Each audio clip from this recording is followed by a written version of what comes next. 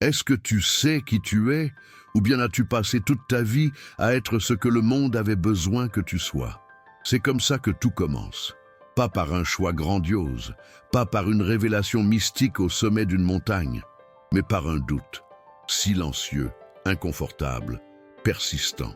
Peut-être est-il apparu dans un couloir vide, après un « félicitations » qui sonnait plus faux que sincère. Peut-être pendant une conversation vide avec des gens que tu ne sais même plus pourquoi tu gardes autour de toi.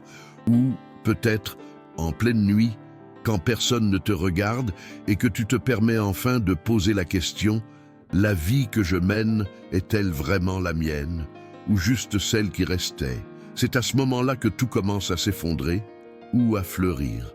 Car avant de choisir un chemin, avant de prendre une décision qui transforme ta vie, il faut faire face à un fait brutal. La majorité des gens ne savent pas qui ils sont réellement. Et pire, ils ne prennent même pas la peine de le découvrir. On vit comme s'il existait un scénario tout tracé. Études, travail, couple, enfants, promotion, retraite, silence, fin. Et sur cette ligne droite, on oublie d'écouter le seul son qui compte vraiment, la voix intérieure qui chuchote quand il n'y a personne autour. Carl Jung, l'un des plus grands penseurs de la psyché humaine, le savait mieux que quiconque. Et c'est pour cela qu'il a consacré sa vie à ce que la plupart d'entre nous négligent, le processus d'individuation. Un mot étrange, peut-être, mais avec une proposition puissante, devenir entier. Ne pas être seulement le masque que tu portes au travail, ni l'enfant obéissant, ni le rebelle du passé, mais réunir toutes les parties de toi, même celles que tu caches par honte ou par peur. Et voici la première leçon. Personne ne réalise son potentiel sans traverser d'abord la forêt sombre de soi-même. Jung n'était pas un simple théoricien assis dans un fauteuil à fumer la pipe.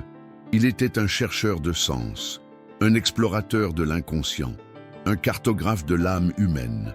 Il a lui-même traversé un effondrement psychique, affronté ses fantômes intérieurs, et en est ressorti de l'autre côté en disant au monde « Il y a quelque chose en toi qui attend d'être découvert, mais cela ne sera révélé que si tu as le courage d'affronter l'obscurité. » Et c'est là que la plupart des gens reculent, parce que se connaître vraiment n'est pas confortable. Cela implique de faire taire le bruit du monde pour écouter son propre cœur. Et parfois, ce qu'il dit est insupportable. Et si tu n'étais pas aussi généreux que tu le pensais? Et si tu avais choisi ta profession uniquement pour faire plaisir à tes parents? Et si tous tes efforts pour être accepté n'avaient servi qu'à t'éloigner de toi-même? Ces questions font mal. Mais elles sont nécessaires, parce que la connaissance de soi, contrairement à ce que certains vendent, n'est pas un spa émotionnel. C'est une rupture, une lente implosion des mensonges que tu as construits pour survivre. Et là réside un paradoxe. La plupart des gens veulent réaliser leur potentiel, trouver un but, mais peu sont prêts à affronter ce que cela exige. Parce que réaliser son potentiel n'est pas une question de talent, mais de courage. Tu peux avoir la plus belle voix du monde, mais si tu as peur de monter sur scène, personne ne l'entendra. Tu peux être un génie de l'écriture, mais si tu as honte de t'exposer, tes textes mourront dans un tiroir. Et qu'est-ce que le potentiel ? Sinon cette force silencieuse qui réclame de s'exprimer, mais que la peur fait taire avant même la première tentative. C'est ici qu'entre en jeu le processus d'individuation. Identifier quelle part de toi est emprisonnée et la libérer. Jung nous met en garde. Notre personnalité ne naît pas toute faite. Elle se construit, s'adapte, se fragmente et peut se perdre. Nous sommes façonnés par l'école, les parents, les opinions des autres, les réseaux sociaux, les attentes de réussite, de beauté, de performance. Nous sommes d'abord un reflet de l'autre. Mais le processus d'individuation, c'est l'art de cesser d'être un miroir pour devenir sa propre lumière.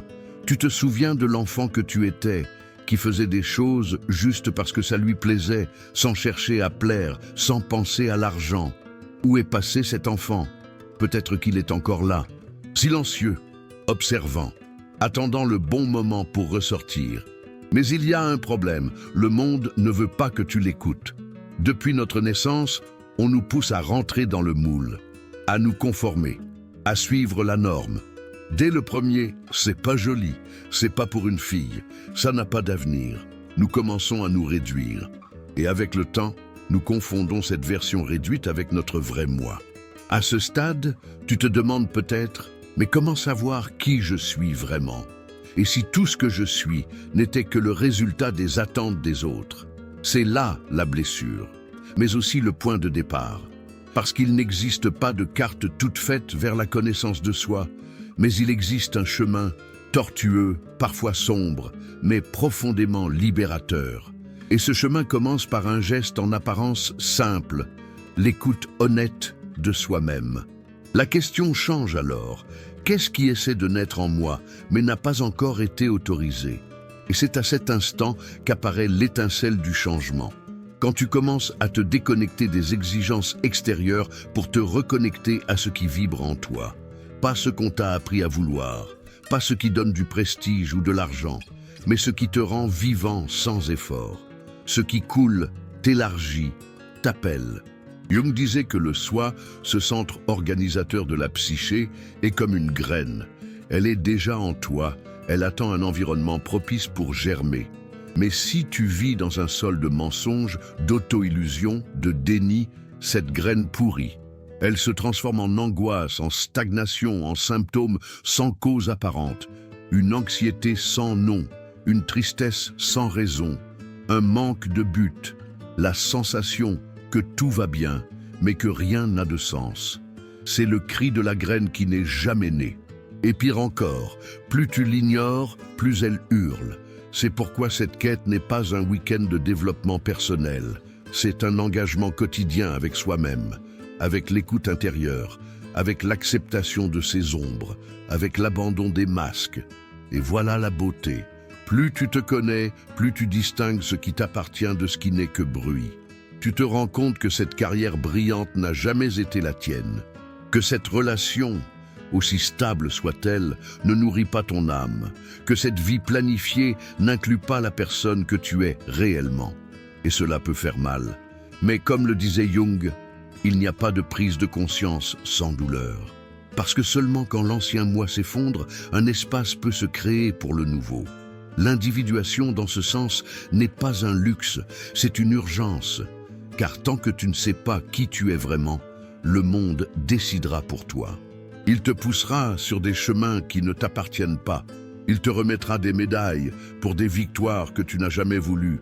Et à la fin, tu connaîtras peut-être le succès, mais pas la paix. Alors, tu veux réussir ou ressentir du sens? Tu veux bien vivre ou vivre vrai? Tu veux être la copie la plus efficace de ce qu'on attendait de toi ou la version la plus honnête de ce que tu es? C'est le choix qui se présente à nous tous. Mais peu ont le courage d'y répondre. Et toi, es-tu prêt à commencer? Parce que ce n'était que la première porte. Tu peux faire semblant de ne rien ressentir, mais ton corps sait, ton esprit sait, ta vie sait. Et un jour, tout ce que tu as essayé d'enterrer revient. Les passions ne disparaissent pas, elles attendent. Elles attendent un moment de faiblesse, le silence après une journée difficile, un déclencheur quelconque, une odeur, un son, un mot. Et alors, comme une vague enfouie depuis des années, elles refont surface et nous submergent.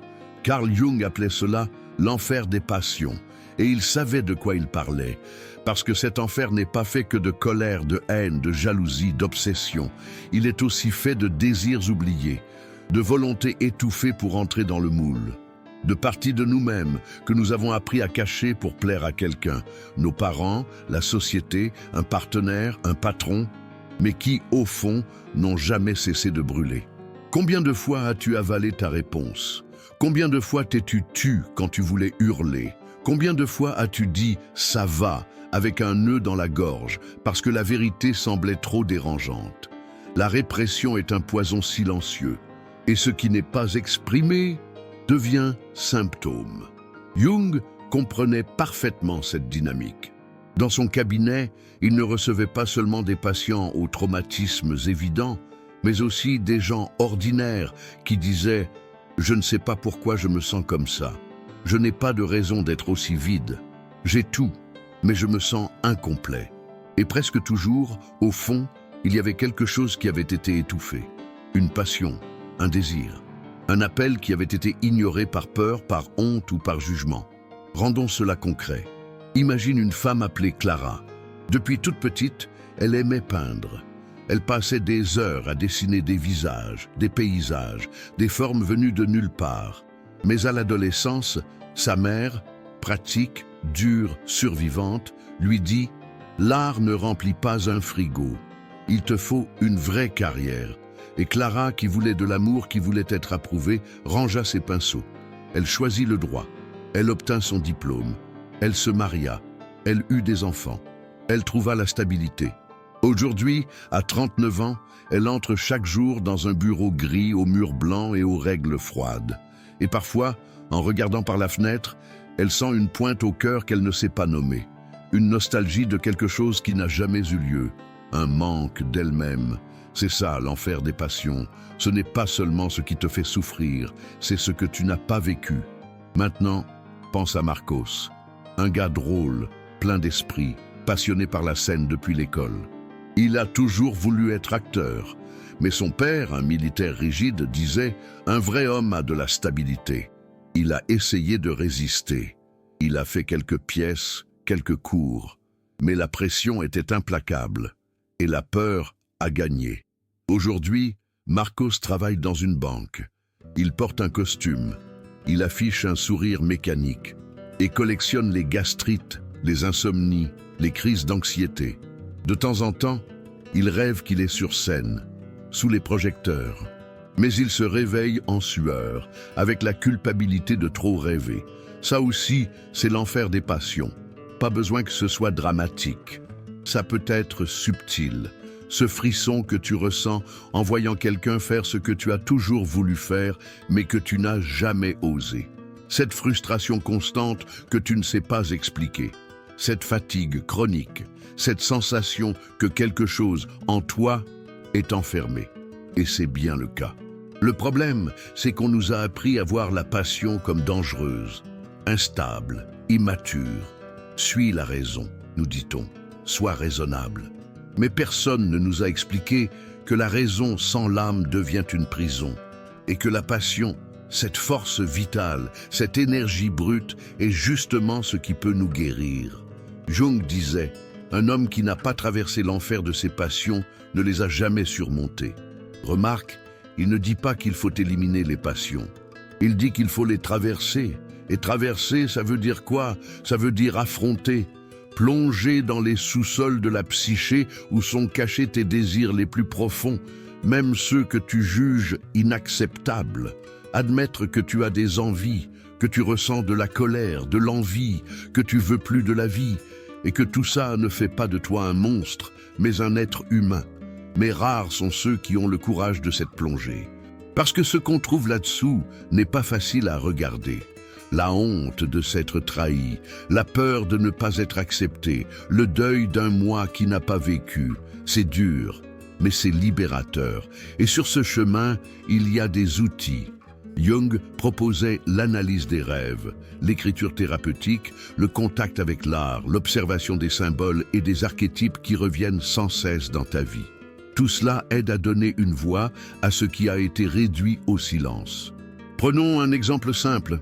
Disons que tu as une peur panique de parler en public, mais au fond, tu as toujours voulu enseigner, inspirer, guider, et tu te souviens vaguement d'un moment de ton enfance. Un professeur s'est moqué de toi devant toute la classe. Tu as tremblé, tu as pleuré, tu t'es senti ridicule. Depuis ce jour, tu as associé l'exposition à l'humiliation. La passion a été réprimée, mais elle est toujours là. Elle t'observe, elle attend. Et si un jour tu décidais de l'affronter, de faire une thérapie, de t'exercer à parler, de faire de petits pas, de te tromper, de corriger, de recommencer, peu à peu, cette passion qui t'étouffait devient une force. Et ce qui était un traumatisme devient un talent. C'est ça, le pouvoir de traverser. La passion n'est pas la fin, c'est le début. Mais pour y arriver, il faut sentir, accepter qu'il y a des parties de toi qui ne rentrent pas dans les cases prévues. Décevoir certains, rompre des pactes silencieux, quitter des rôles. Il faudra perdre pour enfin se trouver. Et oui, ça fait peur, bien sûr, mais vivre toute une vie sans ressentir, voilà ce qui devrait vraiment nous effrayer. Alors si tu sens qu'il y a en toi quelque chose de réprimé, quelque chose de non vécu, quelque chose qui t'appelle, même faiblement, sois attentif. C'est peut-être la partie la plus authentique de ton âme qui tente de survivre. Peut-être que tu es né pour la musique, mais tu as renoncé quand on t'a dit que ce n'était qu'un passe-temps. Peut-être que tu as un talent pour entreprendre, mais tu n'as jamais osé quitter ton emploi stable. Peut-être que ta passion est d'aider les autres, mais on t'a appris à être compétitif, à gagner, à faire du profit. Peut-être que tu aimes prendre soin, mais on t'a imposé une virilité qui ne le permettait pas. Peu importe ce que c'est, ce qui compte, c'est que tu arrêtes de fuir. Parce que ce que tu ne regardes pas en face te contrôle. Et peu importe combien de formations tu fais, combien de promotions tu obtiens, combien d'abonnés tu accumules, si tu es déconnecté de ta passion, il manquera toujours quelque chose. Toujours. Tu peux tromper les autres, mais jamais toi-même. C'est pourquoi aujourd'hui, maintenant, tu as un choix. Tu peux continuer comme avant, rentrer cette douleur, ce désir, cet inconfort, et rester fonctionnel, productif, admiré. Ou tu peux enfin écouter ce que ton corps, ton âme et ton histoire essaient de te dire depuis des années, qu'il est temps de ressentir, d'écouter, de vivre. Pas besoin de tout changer d'un coup. Commence petit, écris, chante, lis, dessine. Fais quelque chose que tu aimes, même juste une demi-heure par semaine. Donne à ta passion l'espace qu'elle mérite. Elle ne va pas te détruire. Elle va te libérer. Et quand tu feras ce premier pas, tu verras. La peur qui te paralysait n'était que l'absence de mouvement. Car la passion, quand elle est bien intégrée, n'est pas le chaos, c'est une direction. Et maintenant, respire profondément. Pense à ta propre histoire. Quelle passion as-tu enterrée? Qu'est-ce qui t'empêche de la faire revivre? Et surtout, jusqu'à quand vas-tu laisser le silence décider de ta vie? Si cette vidéo a réveillé quelque chose en toi, si elle t'a reconnecté à une partie oubliée de toi-même, ne laisse pas cette flamme s'éteindre. Rejoins-nous dans ce voyage. Ici, on construit un espace pour s'éveiller, réfléchir, retrouver ce qui a été abandonné. Alors, abonne-toi à la chaîne, active les notifications, aime cette vidéo et partage-la avec quelqu'un qui a besoin d'entendre cela aujourd'hui. Car au fond, nous avons tous quelque chose d'endormi. Et parfois, il suffit d'une étincelle. Et si tu es arrivé jusqu'ici, peut-être que cette étincelle vient tout juste de naître. Tu n'es pas ce qu'on t'a fait. Tu es ce que tu choisis d'en faire. Pense-y un instant. Toute ton histoire, chaque erreur, chaque perte, chaque traumatisme n'est que le prologue. Le véritable récit commence quand tu décides de changer la donne, quand au lieu de répéter le passé, tu choisis de le réécrire, quand tu arrêtes de tourner en rond et que tu commences enfin à avancer. Mais est-ce que tu écris vraiment ton histoire ou vis-tu simplement en pilote automatique, faisant semblant de contrôler pendant que ton inconscient est au volant? Carl Jung, avec sa sagesse aussi brute qu'honnête, disait « Je ne suis pas ce qui m'est arrivé, je suis ce que je choisis de devenir ». Ce n'est pas une jolie phrase à encadrer, c'est un avertissement, un signal d'alarme, parce que tant que tu ne choisis pas qui tu veux être, des forces invisibles le choisissent à ta place. L'ombre de ton enfance, la peur héritée de tes parents, les blessures non cicatrisées de l'adolescence, les attentes qu'on a projetées sur toi, tout cela agit comme un code source caché, influençant tes réactions, tes relations, tes échecs, sans même que tu t'en rendes compte. T'es-tu déjà demandé combien de décisions importantes dans ta vie ont été prises par peur? Peur d'être seul, peur d'échouer, peur de décevoir, peur d'essayer, peur de changer. Combien de fois as-tu eu cette intuition, ce sentiment du cœur, que c'était le bon chemin, pour finalement découvrir que ce n'était qu'une répétition déguisée de quelque chose de familier et de dysfonctionnel? La vérité, c'est que quand tu vis sans intention, ta psyché se met en mode répétition. Et le pire, Elle répète ce qui n'a pas encore été résolu. Tu as grandi dans un foyer où personne ne t'écoutait. Et tu te retrouves dans une relation où ta voix disparaît. Tu as ressenti l'abandon.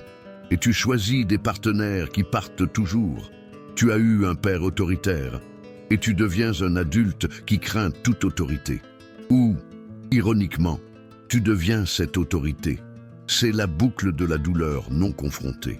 Jung appelait cela le retour au complexe. C'est comme si l'inconscient disait « Tu n'as pas encore compris. On va recommencer, encore et encore, jusqu'à ce que tu t'arrêtes, que tu regardes dans le miroir et que tu dises « Assez. Maintenant, c'est moi qui décide. » Mais qu'est-ce que ça signifie vraiment, choisir qui tu veux être? Ce n'est pas réciter des affirmations positives devant le miroir. Ce n'est pas écrire des résolutions en janvier qu'on oublie en février. Choisir qui tu veux être, c'est un acte radical.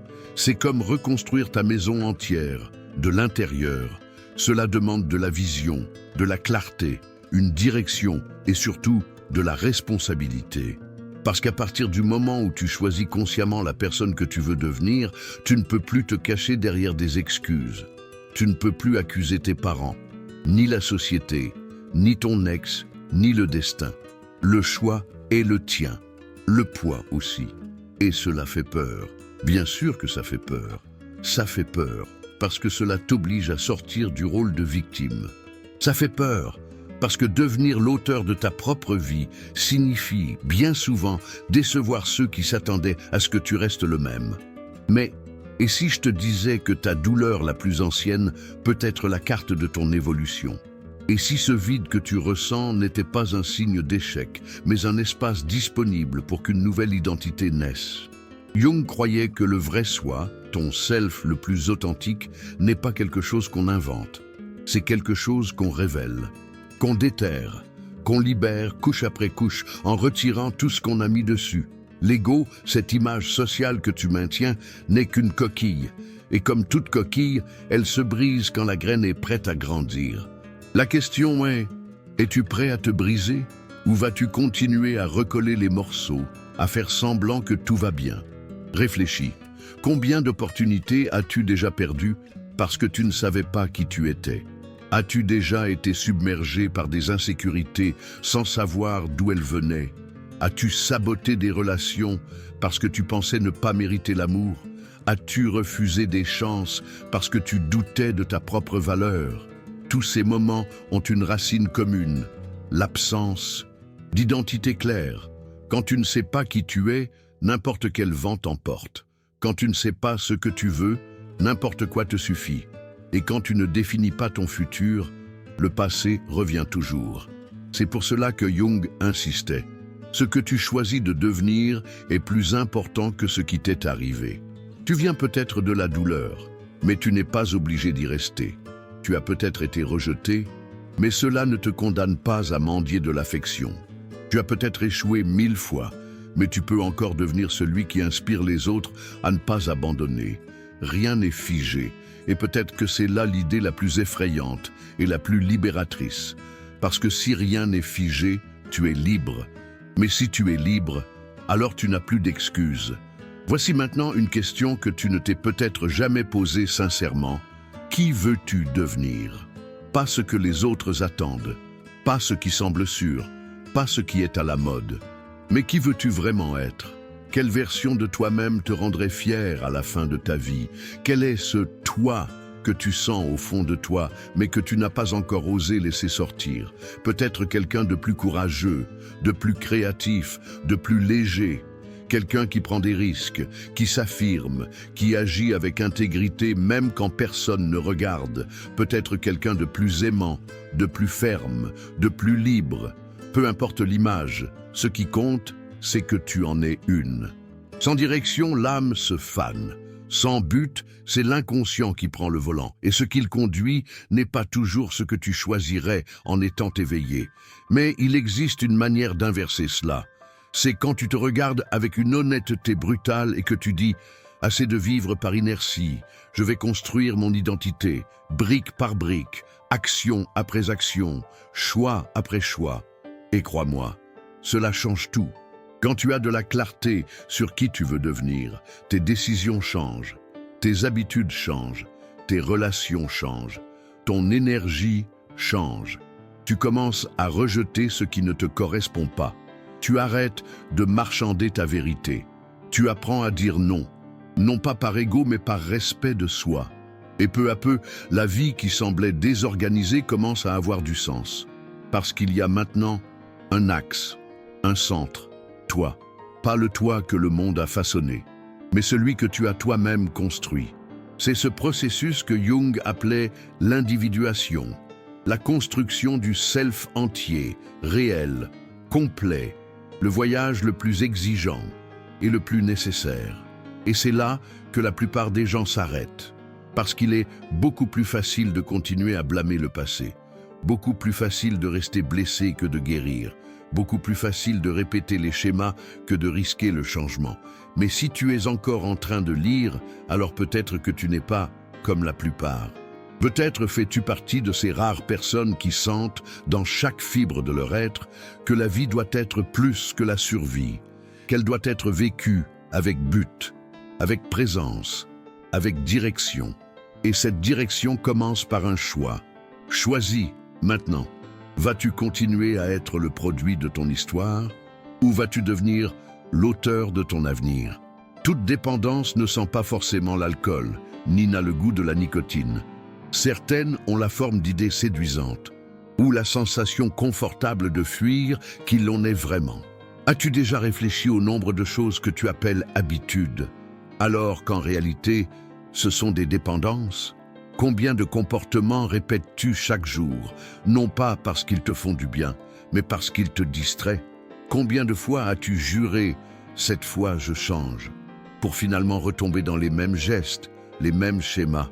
C'est de cela que nous allons parler aujourd'hui.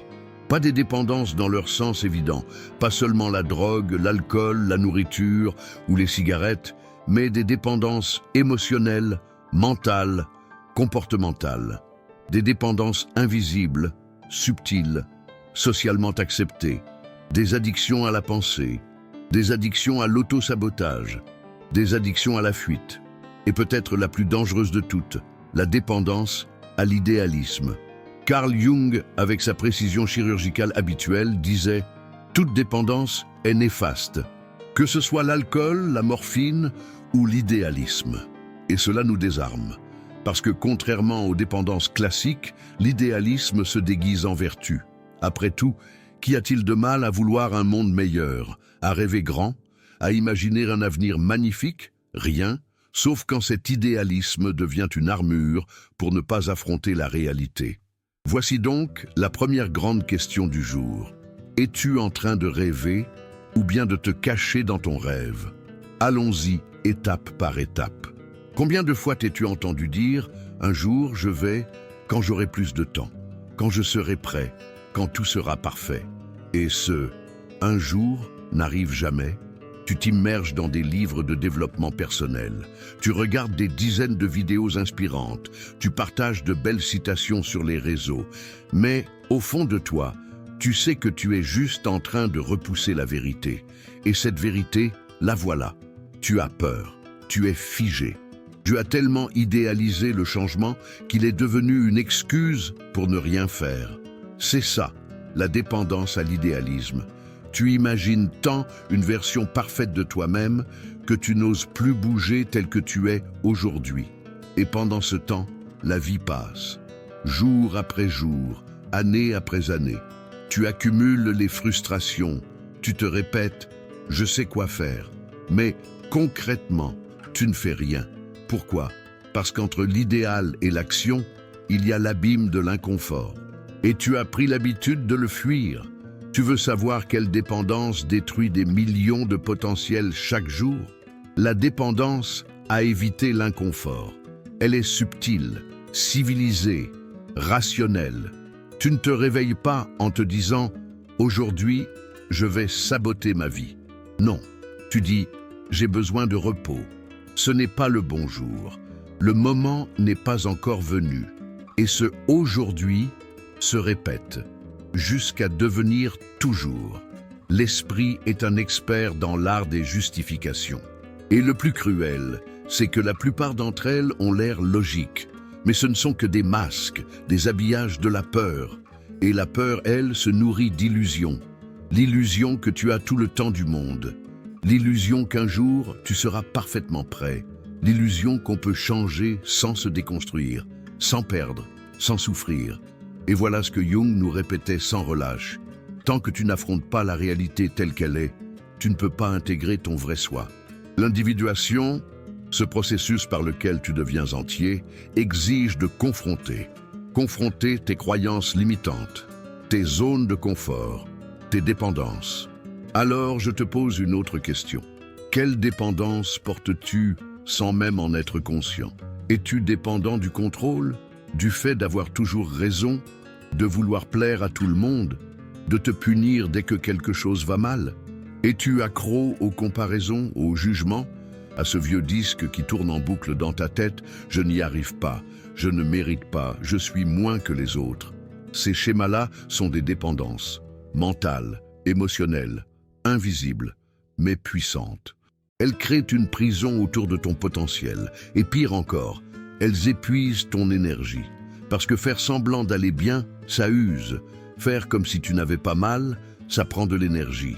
Ignorer ta douleur demande une discipline féroce. Et ironiquement, toute cette énergie, tu l'utilises pour ne pas vivre ta vérité. Tu ne te sabotes pas parce que tu es faible. Tu te sabotes parce que tu es épuisé de résister à la réalité. Et la réalité, la voici. Tu vas devoir abandonner certaines parties de toi pour renaître. Jung disait « On ne devient pas illuminé en imaginant des figures de lumière, mais en rendant l'ombre consciente. » En d'autres termes, le chemin ne consiste pas à rêver de qui tu pourrais être, mais à reconnaître qui tu es devenu et où tu t'enlises. Et cela demande de regarder tes dépendances en face, sans jugement, mais avec responsabilité. Imagine, tu sais que cette relation te détruit, mais tu continues à dire « c'est compliqué ». Tu sais que ton travail te rend malade, mais tu te répètes « ça va s'arranger bientôt ». Tu sais que ta santé décline, mais tu dis encore « je commence lundi ». Tu es accro à l'histoire selon laquelle tu ne peux pas changer, parce que changer fait mal, parce que changer, c'est renoncer au confort, même si ce confort est, en réalité, une douleur décorée. Jung appelait cela la névrose de la normalité, un état dans lequel une personne s'habitue tellement à la souffrance qu'elle oublie que ce n'est pas une fatalité, et elle finit par appeler violence quotidienne, routine. Alors je te demande, qu'est-ce que tu appelles habitude, alors que c'est une prison? Et plus encore, qui serais-tu si tu avais le courage de lâcher ce qui t'anesthésie aujourd'hui? Ce n'est ni facile ni rapide, mais c'est possible. Et tout commence par un acte simple mais révolutionnaire. Regarder en soi avec une honnêteté brutale. Reconnaître que tu es accro à la fuite. Reconnaître que tu as construit une version de toi basée sur la peur. Reconnaître que pour changer, tu devras ressentir tout ce que tu as fui jusqu'ici. La douleur, la culpabilité, le regret, la honte, la responsabilité. Et tu sais ce qui vient ensuite? La liberté. Pas du jour au lendemain, pas magique, mais réelle. Une liberté construite sur la présence, la vérité, l'engagement. Tu récupères ton énergie parce qu'elle ne sert plus à maintenir un mensonge. Elle devient motrice. Elle sert à bâtir, à choisir, à agir. Tu apprends à dire non sans culpabilité. Tu quittes les cercles vicieux. Tu redeviens plus léger. Et enfin, tu commences à te respecter. Avec le temps, la dépendance qui te contrôlait devient souvenir. Le souvenir devient apprentissage. L'apprentissage devient pouvoir. Mais tout commence par un seul geste, cesser de se mentir. Alors je t'invite maintenant, inspire profondément, ferme les yeux un instant et demande-toi avec une sincérité totale, de quoi ai-je besoin de me libérer? Quel comportement, quelle pensée ou quelle excuse m'empêche de vivre avec vérité? Cette réponse peut changer le cours de ta vie, mais seulement si tu as le courage de l'écouter et d'agir. Tu n'es pas ce que tu promets, tu es ce que tu accomplis. Il n'existe aucune citation inspirante, aucune motivation quotidienne, ni aucun but de vie qui puisse remplacer la réalité de tes actes. Tu peux écrire des objectifs sur du papier, faire des visualisations, répéter des mantras devant le miroir. Tu peux publier des phrases inspirantes sur Instagram et dire à tout le monde que tu es en chemin. Mais si, à la fin de la journée, ce que tu fais ne correspond pas à ce que tu dis, alors tout ça n'est que du bruit. Nous vivons à l'ère de la performance. Pas seulement de la performance visible, mais de la performance de l'intention. Je vais changer. Je suis concentré. J'y suis presque. Il ne manque plus grand-chose. Combien de fois t'es-tu déjà dit cela, ou l'as-tu dit aux autres, tout en sachant, au fond, que tu n'en étais même pas proche? Carl Jung, toujours chirurgical, a dit un jour « Tu es ce que tu fais, pas ce que tu dis que tu vas faire. » Et ça dérange. Parce que nous sommes conditionnés à valoriser le discours, l'apparence, l'effort superficiel. Mais la réalité est objective. Ton identité est façonnée par ce que tu répètes, pas par ce que tu penses, ni par ce que tu désires, mais par ce que tu fais avec constance. Et c'est là que le conflit commence, parce que le désir est illimité. Mais ton énergie, non. L'ambition est inspirante, mais le temps, rare. Ton potentiel peut être immense, mais sans discipline pour l'ancrer, il pourrit. C'est peut-être là l'une des vérités les plus dures à accepter. Tu as des limites, et elles comptent. Elles déterminent ce que tu peux livrer avec qualité. Elles indiquent où tu as besoin d'aide. Elles signalent quand il est temps de t'arrêter. Mais es-tu prêt à les entendre? Ou restes-tu accroché à cette image selon laquelle tu dois être tout, pour tout le monde, tout le temps? Plongeons ensemble. Imagine une femme nommée Béatrice, 34 ans, avocate, maman, entrepreneur, influenceuse à ses heures perdues. Elle se lève à 5 heures du matin, elle s'occupe de ses enfants, répond aux clients, publie du contenu, signe des contrats, étudie, s'entraîne, se compare, se culpabilise. Elle dit oui à tout le monde. Et le soir, seule, elle pleure dans la salle de bain sans vraiment savoir pourquoi. Béatrice n'est ni faible, ni paresseuse. Elle est simplement une victime de plus du mensonge collectif selon lequel on doit tout gérer. Elle n'a jamais appris à dire non, jamais pris le temps de reconnaître ses propres limites, jamais compris que trop promettre, c'est trop échouer. Et comme Jung le savait, répéter des promesses non tenues détruit l'estime de soi. Peu importe à quel point les autres l'admirent, elle sait qu'elle s'est trahie. Et cette culpabilité silencieuse la ronge. Peut-être que tu te reconnais en elle. Ou peut-être es-tu l'inverse, celui qui évite les engagements par peur de ne pas les tenir. Celui qui dit « je n'ai pas le temps », alors que, en vérité, c'est la peur d'échouer qui parle. Celui qui promet qu'il va s'y mettre, mais ne commence jamais, parce qu'au fond, il s'attend déjà à rater. Ce piège est subtil et dangereux, et il commence toujours au même endroit, la déconnexion entre ce que tu crois pouvoir faire et ce que tu peux réellement faire. Pas parce que tu es incapable, mais parce que tu ignores les preuves de ton propre passé. Faisons une pause. Petit souffle narratif. Jusqu'ici, nous avons exploré la distance entre l'intention et l'action. Tu as compris que répéter des promesses sans les tenir détruit la confiance en soi. Et que reconnaître ses limites n'est pas une faiblesse, mais une preuve de maturité. Maintenant, allons plus loin. Combien de fois as-tu prévu d'étudier à l'avance pour finalement tout repousser au dernier moment? Combien de fois as-tu juré de ne plus répondre à cette personne et tu l'as quand même fait juste pour voir? Combien de fois as-tu accepté des tâches au travail tout en sachant que tu n'allais pas y arriver juste pour ne pas paraître incompétent? Et si tu avais été honnête dès le départ, peut-être que ta note aurait été meilleure. Peut-être que tu aurais évité une rechute émotionnelle. Peut-être que ton équipe aurait plus confiance en toi. L'honnêteté à propos de ses limites est l'une des compétences les plus négligées de la vie adulte, mais aussi l'une des plus puissantes. D'après une étude de l'université de Scranton, seulement 8% des gens tiennent leur résolution du nouvel an, ce qui veut dire que 92% échouent. Pourquoi ? Parce que la plupart promettent sur la base de l'excitation, pas de leur capacité réelle à exécuter. Ils disent « je vais aller à la salle tous les jours », alors qu'ils ont déjà du mal à dormir 2 nuits d'affilée. Ils promettent de lire un livre par semaine, alors qu'ils ne tiennent pas 10 minutes sans leur téléphone. Ce n'est pas un manque de volonté, c'est un manque de connaissance pratique de soi-même.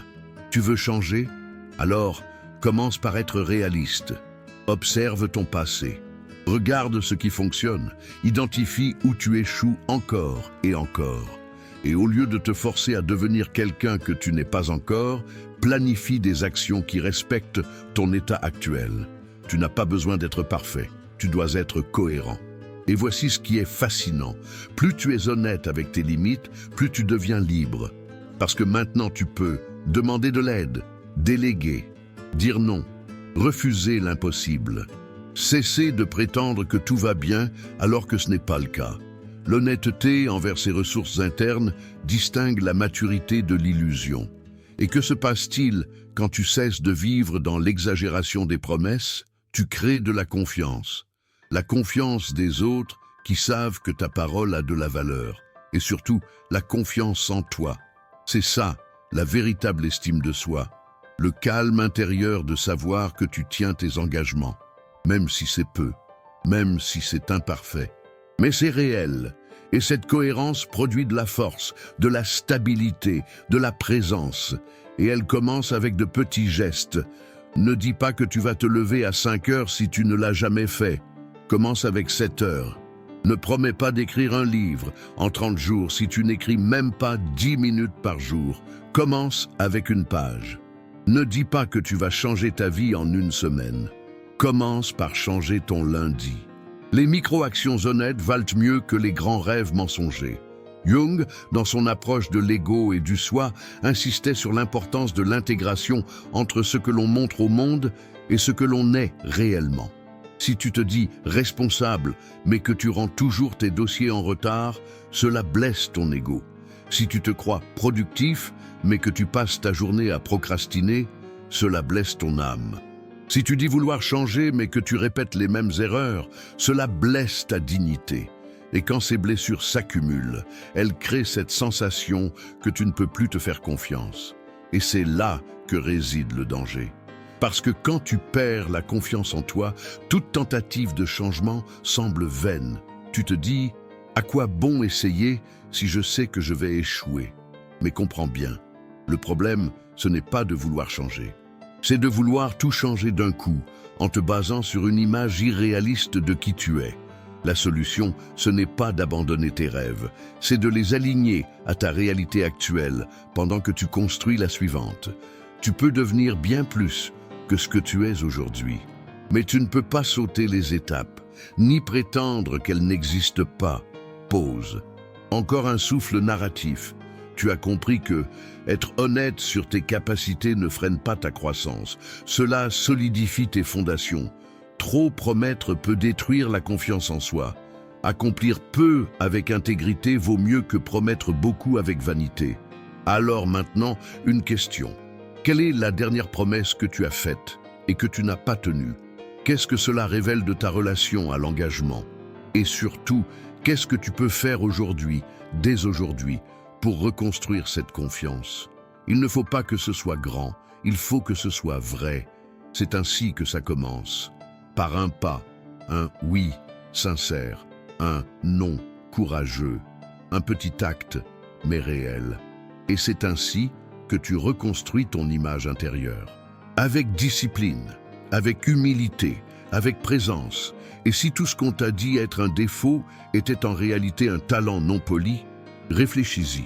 Et si ta sensibilité, qu'on a toujours qualifiée d'exagérée, était ce qui te rend empathique, profond, humain, et si ton entêtement, que beaucoup voyaient comme un obstacle, était exactement ce qui t'a permis de rester debout quand le monde a voulu t'abattre, et si ton anxiété, celle qui te paralyse dans les nuits sombres, n'était que l'autre face de ta capacité à imaginer, anticiper, créer, combien de fois as-tu tenté de réparer une partie de toi qui n'avait besoin que de direction? Nous vivons dans une société obsédée par la performance, mais pas par l'authenticité. Dès l'enfance, on nous apprend à cacher ce qui nous rend différents, à baisser le ton, à retenir les larmes, à éviter de dire « je ne sais pas », à ne pas trembler, ne pas rougir, ne pas hésiter. comme si être humain était une erreur à calibrer. Mais Carl Jung nous propose un chemin radicalement différent. Dans son œuvre « Ma vie, souvenirs, rêves et pensées », il écrit « Je regrette bien des folies nées de mon obstination, mais sans ce trait, je n'aurais jamais atteint mes objectifs. » Cette phrase paraît simple, mais elle contient une révolution. Jung nous dit que les mêmes caractéristiques qui nous nuisent dans certains contextes peuvent être la clé de la réalisation dans d'autres. La question n'est pas de corriger le défaut, c'est de comprendre où il fleurit et où il détruit. Pense à la manière dont fonctionne la nature. Le même feu qui dévaste les forêts, réchauffe et transforme. La même eau qui ravage les villes, donne la vie. La même rouille qui détruit une structure, peut en protéger une autre contre la corrosion. Alors pourquoi serait-ce différent pour toi? Tu n'es pas une liste de traits isolés, tu es un système. Et tout en toi, même ce qui semble inadapté, porte une fonction, une puissance, une direction. Mais voilà le problème. Tu as appris à te détester pour de mauvaises raisons. Tu t'es jugé inadéquat parce qu'on t'a dit que tu étais trop sensible, trop distrait, trop silencieux, trop intense, trop exigeant, trop rêveur. Et par peur du rejet, tu as essayé d'être moins visible, moins sonore, moins audacieux, moins spontané, moins toi. Cette amputation intérieure fait mal. Mais elle est si silencieuse que tu l'as appelée maturité. Mais ce n'est pas de la maturité. C'est une castration émotionnelle. Et tu as remarqué combien elle te coûte cher? Combien d'opportunités as-tu laissé passer par doute de toi? Combien de fois t'es-tu tu pour ne pas passer pour compliqué? Combien de fois as-tu ravalé ta créativité, ton opinion, ta vérité, juste pour ne pas paraître bizarre, intense, hors norme? Et voici la question qui renverse tout. Et si tu échouais, justement parce que tu essaies d'être quelqu'un que tu n'es pas? Jung croyait que le processus d'individuation, celui de devenir un être humain entier, exigeait une plongée profonde dans les parties de nous que nous avons rejetées. Ce que tu rejettes en toi, c'est précisément ce qui doit être intégré. L'ombre n'est pas le mal, c'est ce qui est en dehors de la lumière de la conscience. Jung ne voulait pas que tu réprimes ta colère, ta jalousie, ton obsession, ta solitude. Il voulait que tu comprennes la fonction de chacune de ces émotions. Ta colère peut défendre tes limites. Ta jalousie peut indiquer une vulnérabilité. Ta tristesse peut révéler que tu t'es éloigné de toi-même. Ces émotions ne sont pas des faiblesses, ce sont des messages. Mais la majorité des gens ne les écoutent pas. Ils prennent des calmants, font des blagues, publient des mèmes, espèrent que ça passe vite, mais ça ne passe pas. Car tant que tu traites les signaux comme des problèmes, la racine reste vivante. Et là, voici le point crucial. Ce que tu appelles une faiblesse est peut-être simplement une force non entraînée. Rendons cela concret. Imagine Daniel. Depuis l'enfance, on lui disait qu'il était têtu, rebelle. Il ne suivait pas les règles. Il posait trop de questions. Il était vu comme un problème par ses profs, repris à la maison, écarté socialement. Daniel a grandi avec de la culpabilité. Il a tenté de s'adapter, de devenir bien. Il a réprimé son agitation. Il a étudié le droit comme on l'attendait, a décroché un emploi stable, mais il se sentait étouffé. Jusqu'au jour où, dans un élan de fatigue et de mal-être, il a tout quitté. Il a monté son entreprise. Il est devenu entrepreneur. Il a pris des risques, s'est trompé, a appris. Et aujourd'hui, on le reconnaît pour sa capacité à innover, à remettre les normes en question, à résister à la banalité. La même ténacité qui le faisait punir enfant est devenue sa force de leader. Rien n'a changé en essence. Ce qui a changé, c'est le contexte, l'intention, l'usage. Le problème n'a jamais été l'entêtement. Le problème était la mauvaise application de cette qualité. Et toi, quelle partie de toi a été domestiquée jusqu'à devenir méconnaissable? Quel défaut as-tu tant caché que tu as oublié ce que c'est que de vivre avec? Et si tu pouvais le récupérer, non comme saboteur mais comme force créative? Ce n'est pas du développement personnel cliché, c'est du réel. Même les neurosciences l'ont prouvé. Des recherches menées par l'université de Harvard ont montré que les personnes qui reconnaissent et intègrent leurs traits négatifs développent une plus grande résilience émotionnelle et de meilleures performances créatives que celles qui tentent sans cesse de se réprimer pour plaire aux normes sociales. Tu n'as pas besoin d'être neutre pour être stable, tu as besoin d'être intégré. Et l'intégration, c'est accepter tout ce que tu es, y compris ce que le monde a tenté d'exclure. Tu veux un exemple extrême? Steve Jobs était perfectionniste, contrôlant, obsessionnel. Il a été viré de sa propre entreprise pour cela. Mais des années plus tard, en fondant NXT, puis en revenant chez Apple, ces mêmes traits sont devenus sa marque de génie. Parce qu'il a appris à les canaliser. Il ne les a pas supprimés, il les a polis. Et toi, vas-tu continuer à vouloir effacer ce qui fait ta singularité, ou vas-tu enfin l'utiliser à ton avantage? Encore une provocation. Et si ton échec ne venait pas de ta faiblesse, mais de ta peur de l'assumer comme force? Jung ne voulait pas que tu sois bon tout le temps. Il voulait que tu sois complet. Et on ne devient complet que lorsque toutes les parties sont vues, entendues, accueillies, même la plus inconfortable, même celle que tu préfères oublier, même celle que tu continues de cacher. Alors maintenant, je t'invite à un exercice simple mais puissant. Fais une liste.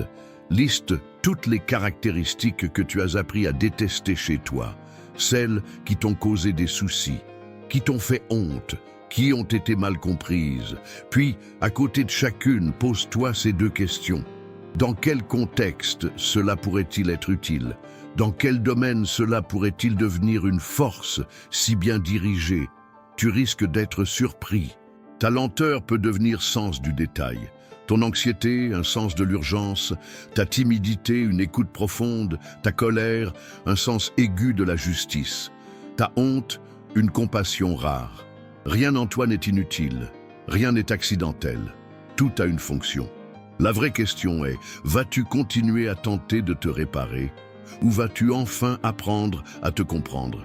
Parce que peut-être, ce qui te manque n'est pas la force, c'est la permission. Tu as passé toute ta vie à essayer de te trouver.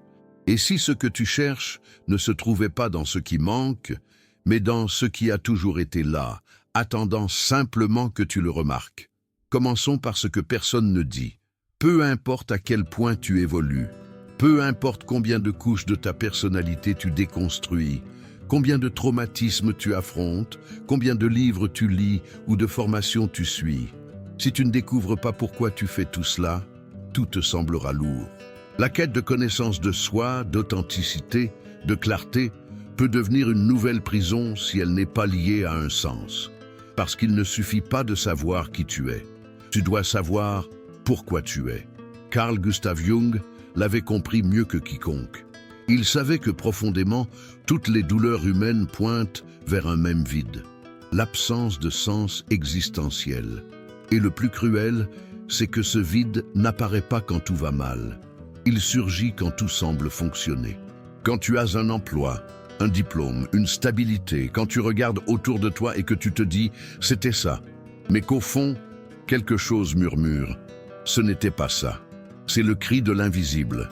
C'est le moment où tu réalises qu'aucune réussite extérieure ne suffira si rien de plus grand ne soutient ton chemin.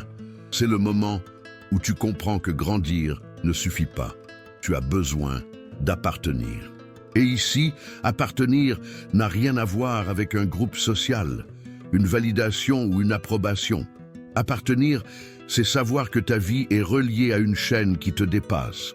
C'est ressentir, silencieusement mais puissamment, que tu comptes, que ta présence ici n'est pas un accident, que tes choix, tes pas, tes erreurs, tes réussites ont un poids dans le monde.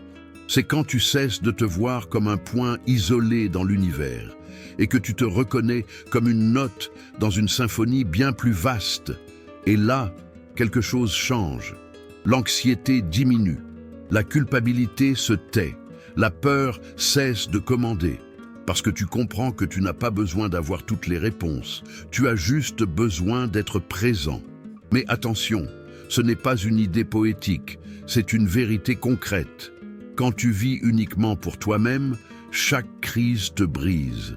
Mais quand tu te sens partie prenante de quelque chose de plus grand, d'une mission, d'une vision, d'un fil invisible de sens, les crises deviennent des initiations. Tu cesses de te demander « Pourquoi cela m'arrive-t-il » et tu commences à demander « Qu'est-ce que la vie essaie de m'enseigner à travers cela ?» C'est ça le saut. Et ce saut, mon ami, c'est ce qui sépare ceux qui survivent de ceux qui s'éveillent. À ce stade, tu l'as probablement compris, tous les pas précédents de notre voyage, de la connaissance de soi à la reconstruction de ton identité, ont préparé le terrain pour ceci, ce point d'arrivée, ce plongeon sans retour, cet endroit où le « je » rencontre le tout. Et tu veux connaître le plus grand signe que tu es prêt pour ce saut? L'humilité. Parce que seuls ceux qui ont longtemps essayé de tout contrôler comprennent un jour qu'il y a des choses qu'il faut lâcher. Et quand tu lâches, tu ne perds pas. Tu crées de l'espace pour que quelque chose de plus grand prenne place dans ton cœur. Appelle ça spiritualité. Appelle ça sens de la vie. Appelle ça conscience cosmique. Appelle ça foi, Dieu, âme, champ unifié, grand mystère. Le nom importe peu. Ce qui compte, c'est qu'il existe une couche de la vie à laquelle tu n'accèdes que quand tu arrêtes de vouloir être invincible. Quand tu acceptes d'être fragile, imparfait, incomplet, mais en même temps profondément nécessaire. Oui, toi, avec ton histoire chaotique, avec tes erreurs répétées, avec tes culpabilités encore non digérées, avec ton chemin incertain, avec tes rêves inachevés, malgré tout, tu comptes, parce que ton éveil est un effet domino. Quand tu changes, quelque chose dans le monde change avec toi. Et c'est pour cela que ce voyage n'est pas seulement le tien, il est le nôtre. Chaque fois que tu fais face à une ombre, le monde s'éclaire un peu plus. Chaque fois que tu accueilles ta douleur, tu deviens plus capable d'accueillir celle des autres. Chaque fois que tu te réconcilies avec ce qui fait ta singularité, tu autorises les autres à faire de même. Et tout à coup, le simple fait de vivre avec vérité devient révolution. Alors maintenant, respire profondément et regarde tout ce que tu as traversé. Tu as appris à te connaître, tu as affronté tes dépendances, tu as redéfini qui tu veux être, tu as appris à respecter tes limites, tu as transformé tes faiblesses en force. Et maintenant, tu es prêt à intégrer tout cela dans un but plus grand. Ça, c'est la liberté. Ça, c'est la puissance. Ça, c'est la présence. Et tout cela est déjà en toi. Tu n'as pas besoin d'un énième manuel. Tu n'as pas besoin d'une nouvelle vidéo. Tu as besoin de commencer à vivre comme quelqu'un qui a compris. Pas comme quelqu'un qui a tout compris, mais comme quelqu'un qui a compris assez pour ne plus jamais se trahir. Maintenant que tu es arrivé jusqu'ici, je te demande 3 choses. Premièrement, si cette vidéo a touché quelque chose en toi, mets un j'aime maintenant. C'est ainsi que l'algorithme comprendra que ce message a de la valeur. Deuxièmement, abonne-toi à la chaîne, parce que ce voyage ne s'arrête pas ici. Dans les prochains contenus, on parlera des phases d'effondrement et de reconstruction, de comment gérer les ruptures, les changements brutaux, le silence intérieur et comment soutenir ta vérité dans le monde réel, avec courage. Troisièmement, laisse un commentaire ci-dessous. Quelle partie de ce voyage t'a bouleversé? Quelle blessure as-tu eu le courage d'affronter? Qu'est-ce qui s'est réveillé en toi et refuse maintenant de se rendormir? Ton commentaire peut être le miroir dont quelqu'un a besoin. Et ta voix peut être le début de la libération d'une autre personne. Et pour finir, merci, sincèrement.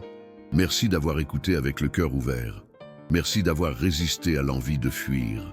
Merci d'avoir permis à ce voyage de toucher des endroits en toi que tu ignorais peut-être encore vivants. Tu n'es pas arrivé ici par hasard. Et si tu es encore là, c'est que quelque chose en toi a déjà commencé à changer. Fais confiance à ce mouvement. Même quand ça fait mal, même quand c'est flou, même quand le monde essaie de te ramener en arrière, tu n'es plus au point de départ. Et à partir de maintenant, le monde a besoin de ta version la plus authentique. Pas pour être parfaite, mais pour être un phare. On se retrouve dans la prochaine vidéo. D'ici là, vise avec vérité. Tu es déjà suffisant. Et cela est déjà transformateur.